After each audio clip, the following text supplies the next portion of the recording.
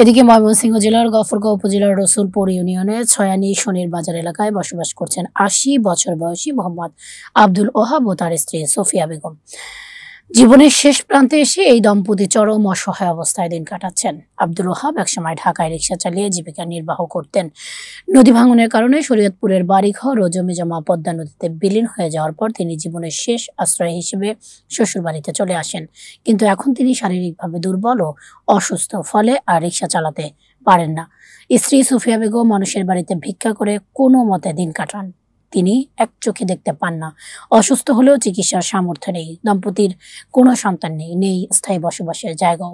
বর্তমানে একটি জীর্ণ পলিথিন ঢাকা ছাউনির নিচে মানবেতর জীবন যাপন করছেন তারা। স্থানীয় এলাকাবাসীর ভাষায় ওহাব চাচা খুবই ভালো মানুষ ছিলেন, এখন তিনি একেবারেই অসহায়। উনি আমাদের এলাকায় আছেন দীর্ঘ ২ বছরের কিছু বেশি যাবৎ। আমি শুধু আমার দায়িত্বটুকু পালন করছি। আমি সাংবাদিক আরিফ সাহেবকে ওনার দুরবস্থার কথা তুলে ধরছি।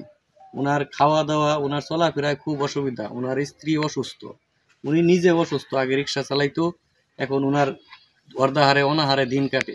আমি দেশবাসীর প্রতি আবেদন জানাই যেন ওনার প্রতি আপনাদের সুদৃষ্টি হয়। আল্লাহ আপনাদের প্রতি সুদৃষ্টি দিবেন ইনশাআল্লাহ।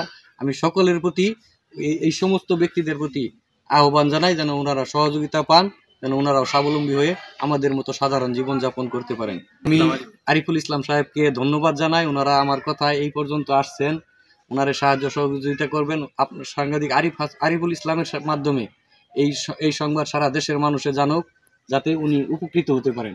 ইনশাআল্লাহ দেশবাসীর প্রতি এই আহ্বান। সরকার বা কোনো সমাজসেবী প্রতিষ্ঠান যদি একটু সাহায্যের হাত বাড়িয়ে দেয়, তাহলে হয়তো তাদের শেষ জীবনের কষ্ট কিছুটা লাঘব হবে।